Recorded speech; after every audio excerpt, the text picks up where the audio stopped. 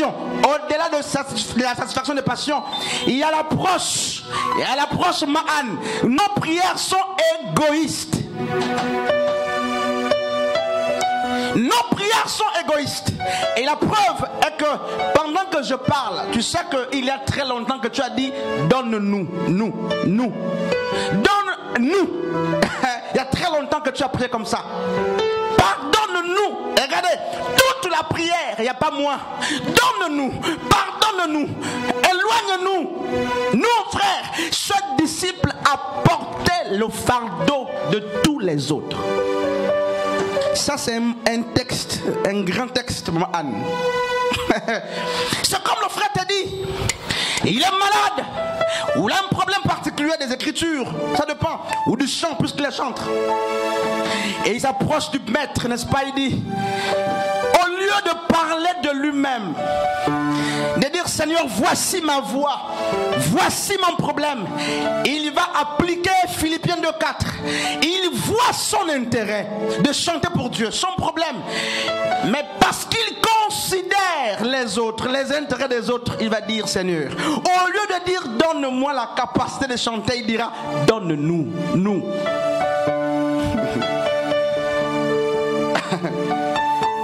Oh frère, commençons à prier avec le nous.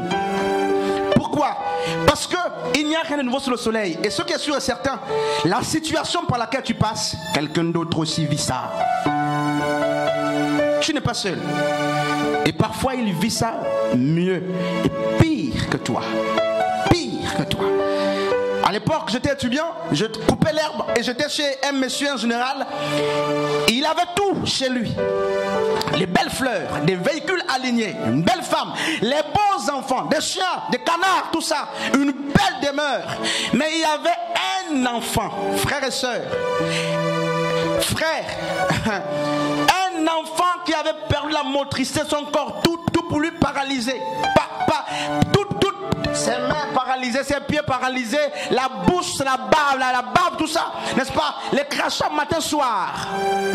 Et je coupais, je ne me rendais pas compte, ça ne m'attirait pas. Mais un jour, alors que je sortais de plaintes, j'étais en train de couper l'herbe, Dieu me dit, regarde l'enseignement qui est là, regarde l'enseignement qui est là. Dis quel enseignement, Seigneur? Regarde l'enseignement qui est là. Tu vois comment tu te lèves pour aller au cours. Tu vois comment tu te lèves. Tu peux prendre ta nourriture, tu manges. Quand tu dis qu'elle est peu, tu vois, tu t'es déplacé pour venir travailler ici. Tu vois, regarde un peu cet homme-là, cet enfant de 8 ans, 9 ans à l'époque. Il ne marche pas, il ne parle pas, il ne peut rien attraper. Tout se fait sur place. Seigneur.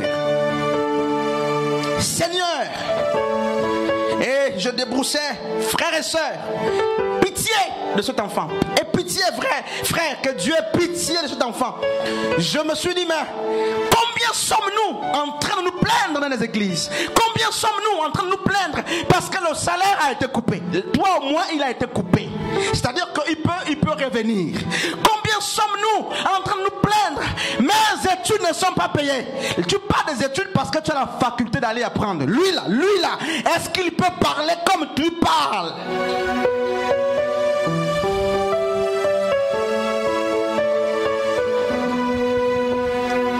Frère, arrête de te plaindre. Arrêtons de nous plaindre. Arrêtons, frère. Parce que la plainte ou la jérémiade est une expression de l'égoïsme. Lorsque tu verras autour de toi quelqu'un qui n'enfante pas et qui depuis qu'il s'est converti, la prière, ce n'est plus même l'adoration. La personne n'adore plus Dieu. Elle est venue en Christ, mais elle est devenue intercesseuse ou intercesseur. Lui n'adore plus. Toi, tu passes le temps à adorer. Seigneur, tu es merveilleux, tu es glorifié. Lui, c'est l'intercession pour que Dieu donne les enfants. Et tu te lèves, tu te plains. Que Dieu nous aide, frère. Que Dieu nous aide, frère. Lorsque vous priez, dites. Pas lorsque vous chantez. Pas lorsque vous... Non. Quand vous priez, dites. Lorsque vous priez, dites. Je veux dire quoi ça? Et remarquez, il y a 2 points. Parce que ce n'est pas les paroles que Yeshua a prises quelque part pour amener aux gens. C'est les paroles que le Père a mis dans son cœur. Il les donne comme ça. Dites notre Père qui est aux cieux. Et vous savez, on a vu cet enseignement avec les autres, n'est-ce pas? Avec les 3 dimensions du ciel selon les Écritures. Et il ne dit pas notre Père qui est au ciel. Alors qu'on sait qu'au-delà des couches atmosphériques, il y a d'autres cieux. Mais les Hébreux parlent de Shema à Shamaïm pour faire la différence, n'est-ce pas, entre le lieu d'habitation de Dieu et les couches atmosphériques où règnent les démons, les principautés. Il y a des démons au ciel. C'est pourquoi dans Ephésiens 6, la Bible dira que les armes avec lesquelles nous combattons sont spirituelles. Nous combattons contre qui? Les sorciers, les démons, les principautés dans les lieux célestes.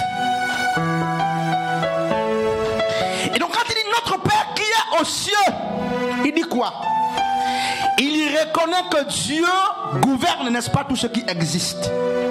Mais Dieu ne vit pas dans le ciel atmosphérique. Non. Il reconnaît l'autorité de Dieu. C'est pourquoi plus loin il va situer Dieu comme c'est écrit dans le psaume 115, 3 là-bas je crois. Il ne va plus dire, n'est-ce pas, que ta volonté soit faite sur la terre comme elle est faite aux cieux. Parce qu'il y a certains cieux qui ne font pas la volonté de Dieu et qui ont aussi besoin que la volonté de Dieu qui se fait dans le Shema Shamaïm descende dans ces cieux, comme nous sur la terre. Et le mot cieux, plutôt ciel, va être au singulier. Parce que Dieu habite au ciel, pas dans les cieux. Par l'église, frère.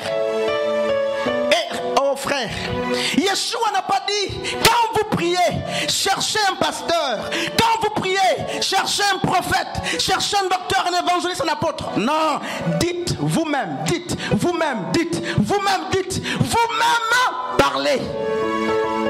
Des prêts d'intermédiaires là, tout ça, n'est-ce pas? Oui, de temps en temps on prie ensemble, oui, c'est le besoin qui se fait ressentir. Mais ici dit, quand tu pries là, toi dis, mon Père, toi-même parle, toi parle. Parce que le pasteur aussi parlera, dira mon Père. L'apôtre dira mon Père, l'ancien dira mon Père. Toi aussi tu es fils. Si tu te considères comme fils ou fille, tu diras aussi mon Père. Tu ne diras pas je prie au nom de Jésus d'un tel, comme les fils de Séva dans Acte 19. Non, tu ne diras pas au nom de Papa Langui, le Dieu de Papa. Non, frère, là non, c'est pas comme ça. Tu diras mon Père. Pourquoi? Parce qu'il y a un seul intermédiaire. Pas le pasteur, Yeshua homme, auprès du Père, l'avocat. C'est lui qui se chargera de transmettre les prières. Frère, je finis dans 5 minutes. 5-10 par là. En tout cas, vers midi pile, j'aurai fini. C'est une exhortation. Je disais que les anciens doivent, avec l'aide du Seigneur, nous trouver un séminaire sur cette prière-là.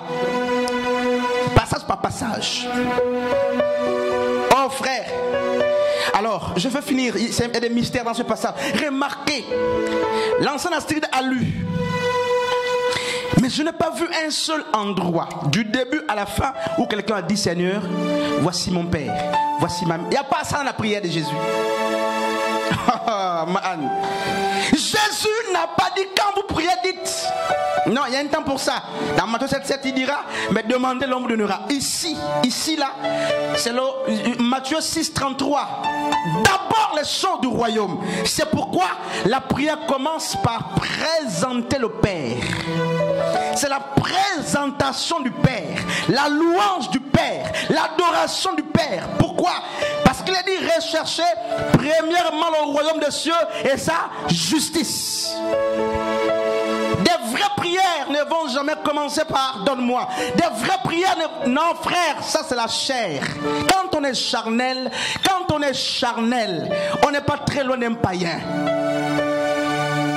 Et Jésus, connaissant qu'il y avait des malades, que ces apôtres pouvaient avoir des problèmes à la maison, il n'a pas dit, quand vous priez, dites voici nos problèmes. Non, le seul endroit où, semble-t-il, il y a un pain qui est demandé, c'est lorsqu'il dit donne-nous notre pain quotidien.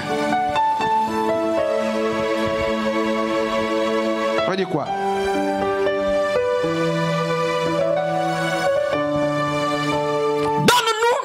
quotidien, Seigneur.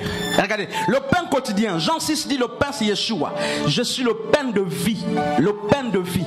Vos pères ont mangé la manne, ils sont morts. Moi, je suis le pain de vie. Quiconque me mange n'aura plus faim. Je suis l'eau de vie. Quiconque boit de mon eau n'aura plus soif. C'est ce pain qui est revendiqué. Le pain quotidien. Toi, tu demandes quoi quotidiennement, toi?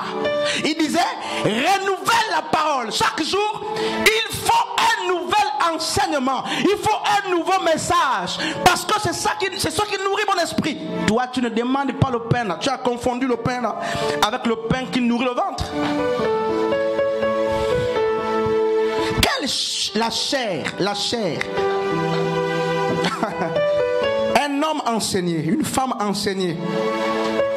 Parce que cette place-là, les hommes ont pris un homme de Dieu pour dire voilà le pain. La prière de Yeshua était spirituelle. Écoutez, frère, la sœur Marie veut voyager. Elle a des projets après les études, elle dit je vais voyager. Et elle tombe sur un tel enseignant qui dit quand tu pries, dis notre Père. Jusqu'à la fin, il n'y a pas les études dedans. Non, elle-même va même ajouter quelque part. Elle va même dire à l'enseignant, ajoute mes études dans la prière avant de dire Amen. Ajoute. Quand on est charnel. Mais les hommes enseignés savent qu'il est écrit qu'avant qu'on ne formule même des demandes, avant qu'on ouvre la bouche pour demander, il sait ce dont on a besoin. Frères et sœurs, est-ce qu'on lit la même Bible? Non, frère, on ne lit pas la même Bible. La Bible dit qu'il nourrit les oiseaux du ciel qui ne sèment. Toi, tu pêches, mais quand même tu sèmes. N'est-ce pas? Tu sèmes quand même. Il dit...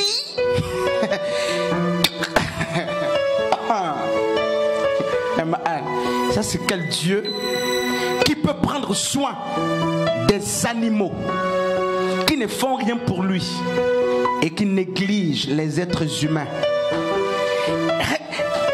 Non mais frère, il y a un problème. Il habille la nature chaque jour. L'herbe fleurit, la couleur, les couleurs, les fleurs, c'est Dieu qui habille la nature.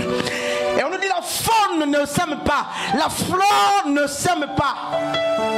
Mais Dieu prend soin de ces choses de la nature. Ces choses ne prient même pas. Dieu prend soin de donner à manger à la poule qui est chez toi. Matin, midi, soir, tu la vois. Qui prend soin d'elle?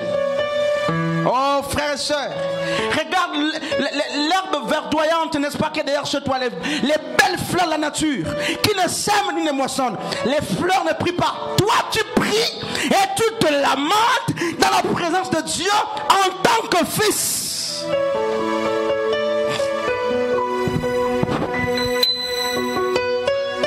Et dans Galates 4, il est écrit 4:4. Aussi longtemps que l'héritier demeure enfant, il ne demeure en rien, n'est-ce pas? Il n'est en rien différent d'un esclave. Le niveau d'enfant, c'est aussi le niveau qui nous amène à demander. Alors quel est ton pain? Quelle est la nature du pain que tu revendiques, que tu dis à Dieu, donne-moi chaque jour? Violette, tu as prié hier? Tu as dit quoi? Protège-nous, protège-moi. Protège-nous. Nous là c'était la famille, papa, maman et toi. Ou qui? La famille, non? Frère Julien, tu as prié hier? Tu as dit quoi? Tu n'as rien demandé. Merci pour le souffle de vie. Frère Julien, tu as prié hier? Frère Teddy, tu as prié hier, non? Tu as prié comment? Tu as dit quoi là? Il n'y a pas de demande que tu as formulée là. Tu n'as rien demandé au Père? Sur Joss? Sur Merveille, tu n'as rien demandé au Père? Là, on ne peut plus répondre clair. Sur Emma, tu n'as rien demandé au Père? Sur Stacy? Quoi? Un élément. On t'a demandé pour tout le monde. Voilà, c'est la bonne attitude. Un sort d'Oyan. C'est la bonne attitude. Je vais m'arrêter, frère. Je voudrais qu'on continue. Mais je dirais que les anciens vont nous trouver un séminaire sur ça. Cette prière. Quand vous priez, dites: Notre Père qui est aux cieux. Regardez, hommes et femmes de Dieu, la modestie de ce disciple. Apprends-nous à prier. Oh, combien peuvent-ils encore parler ce langage Ma'an? Enseigne-nous tes voies, pas enseigne-moi tes voies. Enseigne-nous tes voies. Le jour que tu t'approcheras de Dieu en portant sur ton dos les intérêts des autres, Dieu bénira les autres. C'est pourquoi, lorsque Yeshua apprend la prière, tous les autres ont bénéficié. Mais remarquez, le vœu a été exprimé par un individu. Parce qu'il n'est pas venu en son propre nom, il est venu parler au nom des autres. Dieu bénit les autres. C'est pourquoi, regardez, les gens ne sont pas bénis autour de vous. Parce que vos formules de prière sont égoïstes. Si cet homme était allé sur Jésus la nuit comme Nicodème dans Jean 3, Jésus lui aurait appris la prière seul. Je ne sais pas si on voit les choses de la même manière. Parce qu'il n'est pas venu en son propre nom, l'enseignement a été bénéfique pour tous les autres. Parce que tu ne demandes pas au travail que pour toi, si tu apprends à demander pour nous tous, même autour de toi, les gens seront bénis. Parce que tu ne demandes pas que ta sanctification à toi, tu demandes aussi celle des autres. Quand Dieu va te sanctifier, il pensera aux autres. Parce que vous venez pour un intérêt collectif. Apprenons à prier, frères. Apprenons à prier. C'était des apôtres, ils ne savaient pas prier, Maman Anne. Non pas qu'ils n'avaient pas de mots. Ce n'est pas une affaire de mots. Ce n'est pas une affaire de la multiplication des mots. Il y a plus loin à ça, mais c'est pas ça. Je ne parle pas de ça aujourd'hui. Ce n'est pas une affaire de position. Non. C'est une affaire de cœur, de relation, d'intimité, une affaire d'intérêt collectif. Il y a très peu de chrétiens qui s'approchent de Dieu avec, n'est-ce pas, ce langage. Et après on s'étonne qu'autour de nous, nous seuls, nous sommes fermes, les autres tombent. Mais c'est parce que tu dis: Seigneur, affermis-moi. Parce que tu ne dis pas affermis-nous, tu dis affermis-moi. Quand est-ce que tu vas penser aux autres? Quand est-ce que tu vas penser aux autres? Je sais que il est difficile qu'on parle le même langage que les apôtres. Et si on demandait qui sait prier? Ah non, frère, nous ne savons pas prier. Et Paul même l'a dit, nous ne savons même pas ce qu'il convient de demander au Père. On ne sait pas prier. Et si un jour les apôtres ont demandé à Yeshua: apprends-nous à prier, toi, chaque fois dans la présence de Dieu, tu dois dire: apprends-moi à prier. Regarde quand tu pries là, tu te lèves du lit, tu te mets à genoux.